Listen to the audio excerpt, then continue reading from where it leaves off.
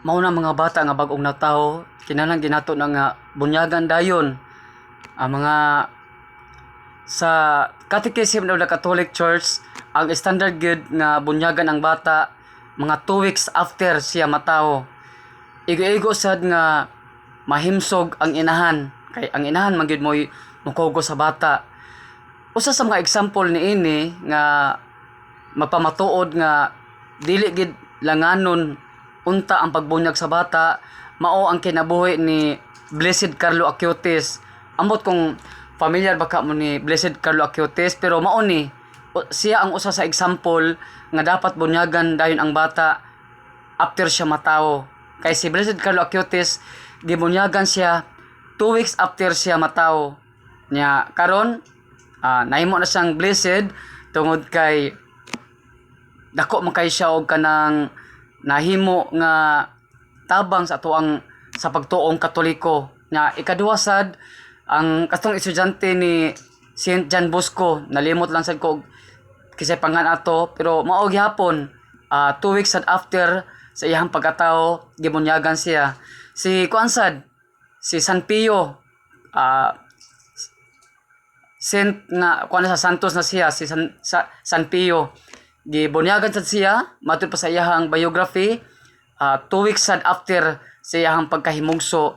Muna dako kayong hagit kanato ilabi na sa mga ginikanan nga ato untang bunyagan, dili ato langan-langanon ang pagbunyag sa atong mga kabataan nganuman tungod kay kung ato ang hinumduman mga igsoon ang kinabuhi nato nining kinabuhi niining kinabuhi dili ato control. Wa ta masayod kung asa taman ang ato ang pagpakabuhi dinhi sa yuta sama sad sa usa ka bata nga dili sa nila control ang ilang kinabuhi. Basin baon niya nga sa atong paglangan-langan sa iyang bunyag madisgrasya na hinon ang iyang kinabuhi tungod kay ang yawa mga igsoon, ang tumong gid sa yawa dinhi sa yuta mao gid ang pagpatay sa kinabuhi nga gasa sa Dios. Mao gid na ang usa sa priority sa yawa mga igsoon, ang pagdagmal sa tao ug ang pagpatay sa kinabuhi. Muna nga dili unta nato ibaliwa ang sakramento ilabi na kanang bunyag tungod kay usa gina nga makapahiusa nato ngadto sa Dios og tawgon nata nga adopted children of God. Kay usa ra man gyud ang bugtong anak sa Dios, ang Ginoong Hesus raman nga atong manunubos.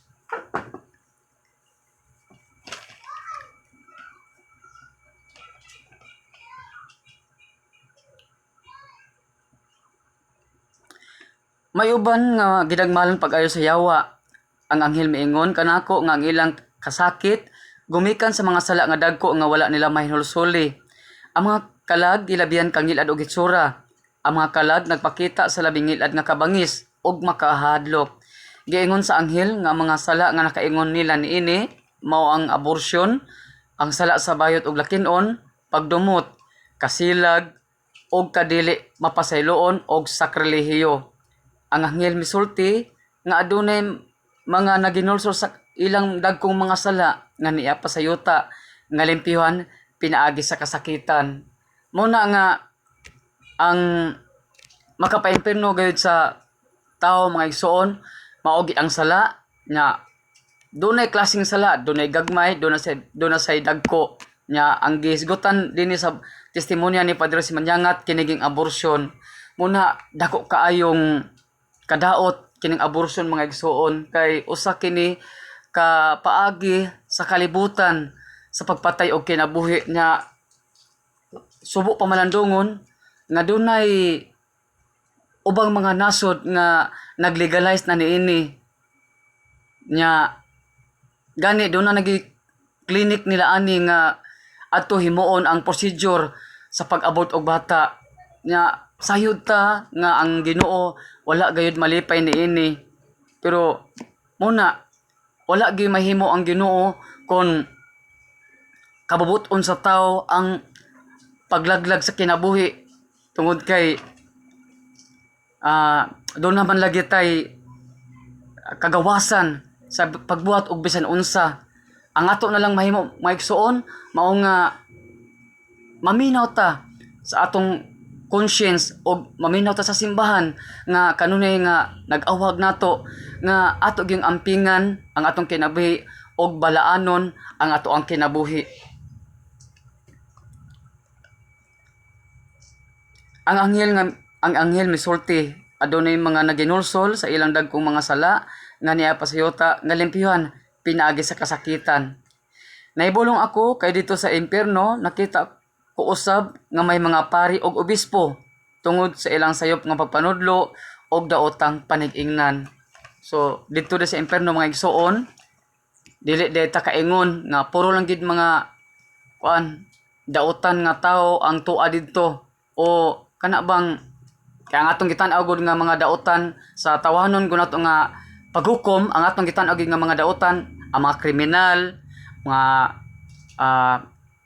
mga kurakot, mga drug addict, drug lord. So kana man gid ang atong gitan-aw gid nga mga daotang tao no, ganang gitawag to og sagbot sa katilingban. Pero dito sa impierno mga igsoon, dito gid nato makita nga dili exempted bisan pa gani sila nga ana sa simbahan nag-alagad gani gi saysay gyud ni Father Simanyangat nga doon na sad ay mga pari og obispo nga tuwa didto nya unsay rason nga nung napunta sila tungod silang sayop nga pagpanudlo og daotang panig-ingnan. So kung magbantay di po ta sa atong ipangtudlo mga igsoon kay kita nakaambit man sa ta sa pagkapari ni Kristo, pagkahari ni Kristo o pagkapropeta. Kanus aman human sa atong buniyag muna bantayan nato ang atong mga pulong nga buhian, ang atong mga hunahuna, ingon man ang atong mga buhat tungod kay usa ni sa basihanan sa mga tao o mga sakop sa atong panimalay sa ilahang kanabang muna ilang basihan kung angay ba nilang buhato na o dili. Nya kung nagbuhat og sayop, nya mo'y makita sa mga kabataan, magdahom sila nga mauna sakto kay mo man naghimo sa ilang mga ginikanan. Muna ang mga ginikanan dako kay tagpapil alang sa kaluwasan sa atong pamilya. Tungod kay kita mo ilang modelo ilabi na sa mga bata. Human sa impierno mga igsoon ato karong isunod ang purgatorio. Gidala na usab ako sa anghel dito sa purgatorio. May kalayo ang maong dapit apan matapos dili sama sa impierno. Wala ako makita nga dunay nagbugno didto. Dunay uban kanila nga nakahimo og dagko nga mga sala dito sa yuta apan nakainulsol sila sa wala pa mamatay. Bisan tuod naganto sila apan dunay kahupayan ang ilang gibati sa pagunahuna nga makagawa sa sila og makakita na sa Dios. So ang purgatorio mga igsoon usa-usab kini kadapit sa kasakit. Diin ang mga kalag nga masulod didto magantos gihapon. Ang nakalahi lang sa purgatorio sa impierno mga igsoon kay ang kasakit sa purgatorio lumalabay, dunay paglurang sama sa kalayo, dunay paglurang dili para sa impierno nga eternal damnation, eternal sufferings, walay limit, lifetime ang paganto sa impierno. Pero ang purgatorio mga igsoon magantos gyapon ang kalag pero dunay paglurang. Nya ang purgatorio mga igsoon sa doktrina sa simbahan usa kini kadapit diin ang mga tawo nga masulod dinhi luwas na. Nya nganong luwas na tungod kay ang mga kalag sa purgatorio napasaylo na ang ilang mga sala. Mao kini ang mga tawo nga sa wala pa sila mamatay nakahimo pa sa paginulsol sila mga sala ug tingali nakapangumpisal pa sa pari unya sawa pa sila kabugtuy nya sa dihang namatay na sila automatic diretso sila sa purgatorio. Nya unsa may relasyon sa purgatorio ug sa langit. Ang purgatorio mga igsoon ang mga kalag nga napunta didto kinahanglan pa silang mohimo og penance sa sala nga napasaylo na apan kinahanglan pa nilang bayaran sa ilang pag-antos aron mahimong puti ang ilahang biste o inikakumpleto na sa maong finance.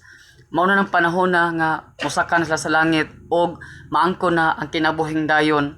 Muna dagang mo ingon nga dili ko gusto mo maimperno, Father. Dili ko gusto maimperno, Brad. Okay ra kog purgatorio lang una. Tingali makaingon ta nga okay na lang na oy kaysa imperno gyud. Pero sa tinalay may igsuon sa ubang mga lecture nga akong nadungog, mga recollection, ilang man sad na gisgutan ang bahin sa purgatorio dili sad lalim kung mapurgatorio ang usa ka kalag mga igsuon. Gani doon ako dadunggan nga part gyapon sa recollection nga ang usa kuno ka adlaw nga o dili usa ka adlaw, ang usa kuno ka minutos nga pag-star sa kanang purgatorio usa na kana ka century nga antuson sa usa ka kalag, usa ka century. So imagine na ang usa ka century 100 years na siya. Muna mas maayo pa kunong mamatay ka din sa yuta sa ngilad nga kamatayon sa mapananglit sa matong netabo ni Kristen Lee Silawan nga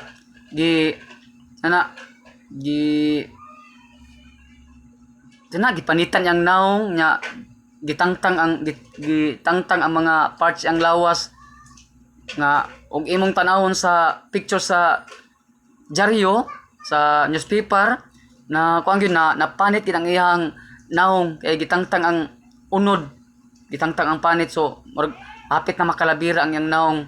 So makaingon ta nga karumal-dumal nga kamatayon, pero matud pa sa usa ka kanang recollection master, mas maayo pa kunong makasinati ta ana kaysa makasinati ta sa pag-antos sa purgatorio.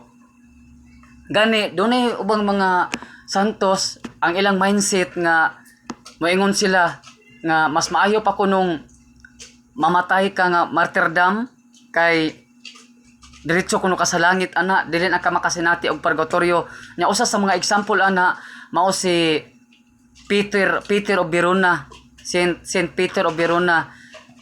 Siya gid mismo nag-ingon nga mas maayo pa kuno nga mamatay siya nga martyr kay kung mamatay ka nga martyr diretso na gid ka sa langit. Nya usap pa sad nga nangandoy sad nga mamatay og kanang sakit nga kamatayon mao sad si Chupilo Kamumot. Pero karon si Chupilo Kamumot wala pa man siya masantos, blessed pa lang siya, pero usa sad siya sa mga example nga okay ra gid siya nga mamatay nga kanang sakit nga kamatayon unya dali nga kamatayon. Gani ang katong kamatayon ni Obispo Chupilo Kamumot na disgrasya matud sa kanan, nabangga to yang gisakyan paingon sa karkar nya, nalabay siya sa gawas nya, patay gid siya dayon nya. Ang driver niya maoy naluwas.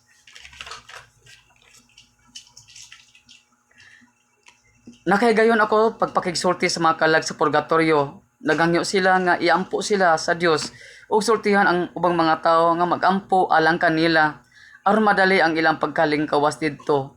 So dinhi ni gisultihan ta ni Padre Jose Manyangat nga nakaigayon sabdi siya sa pagkikistorya sa mga kalag sa purgatorio niya. Dunay gihangyo ang mga kalag sa purgatorio mga igsuon. Ang ilang gihangyo nga iampo unta sila natong mga buhi. Muna dako kayo og ikatabang kanila ang atong mga pagampo mga igsuon. Ilabi na gayud ang santos nga misa nga numan. Ang santos nga misa gitawag og the saving blood of Jesus. Muna kung ang ato ang mga mahal sa kinabuhi o sakop sa pamilya nga nangamatay na, nagkinahanglan gid sila sa atong mga pagampo, ilabi na kanang pamisa or bisan kung magampo ka sa santos nga rosaryo, ayaw kalimot i-appeal gayud ang imo mga mahal sa kinabuhi nga nangamatay na nganuman kay maunay makatabang kanila nga makalingkawas na dito sa lugar sa kasakit nga mao ang purgatorio. Nya dunay saad ang mga kalag mga igsoon, ang mga kalag sa purgatorio kung sila mahitipo na sa mga balaan sa langit dunay saad ug unsa man kanang maong saad sila miingon nga kung makalingkawas na sila dito sa purgatorio magampo usab sila kanatong mga buhi.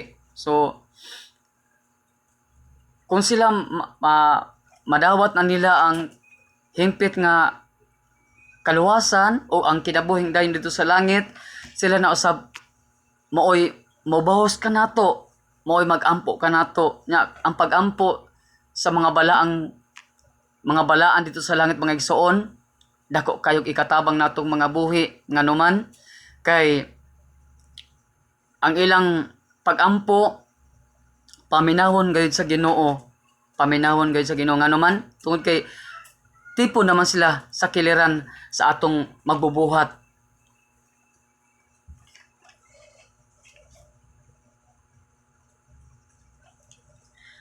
Ang anghel nga may kuyog kanako matahom og mahayag, siya nakikuban di kanako bisag asa ilabi na sa akong pagampo sa masakiton.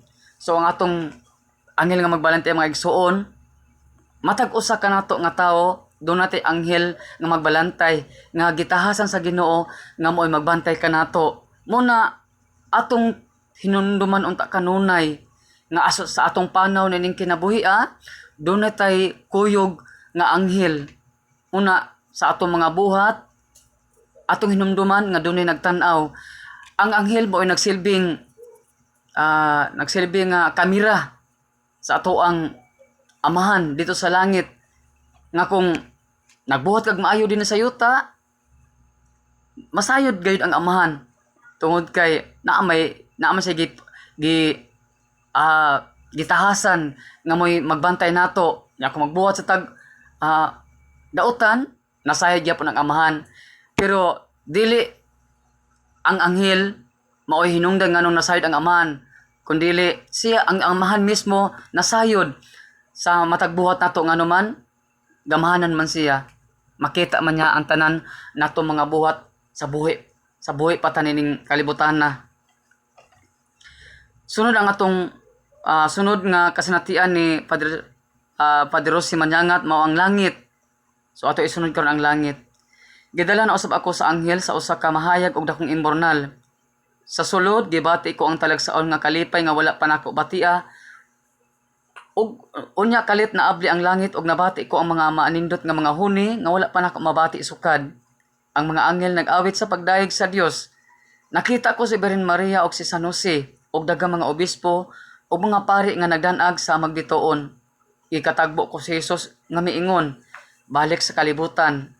Sa imong ikaduhang kinabuhi, buhaton ko ikaw nga instrumento sa kalinaw ug sa pag-ayos sa mga tawo. Makaduaw ka sa langyaw nga mga nasod ug makasulti ka sa ilang pinulungan. Ang tanan mahimo pinaagi sa akong grasya. Si Santa Maria miingon kanako, buhata ang iyang gisugo kanimo ug tabangan ko ikaw. Walay mga pulong ikasaysay sa katahom sa langit. Dito ang matuod nga kalinaw ug kalipay nga dili itupngan sa kalipay sa yuta.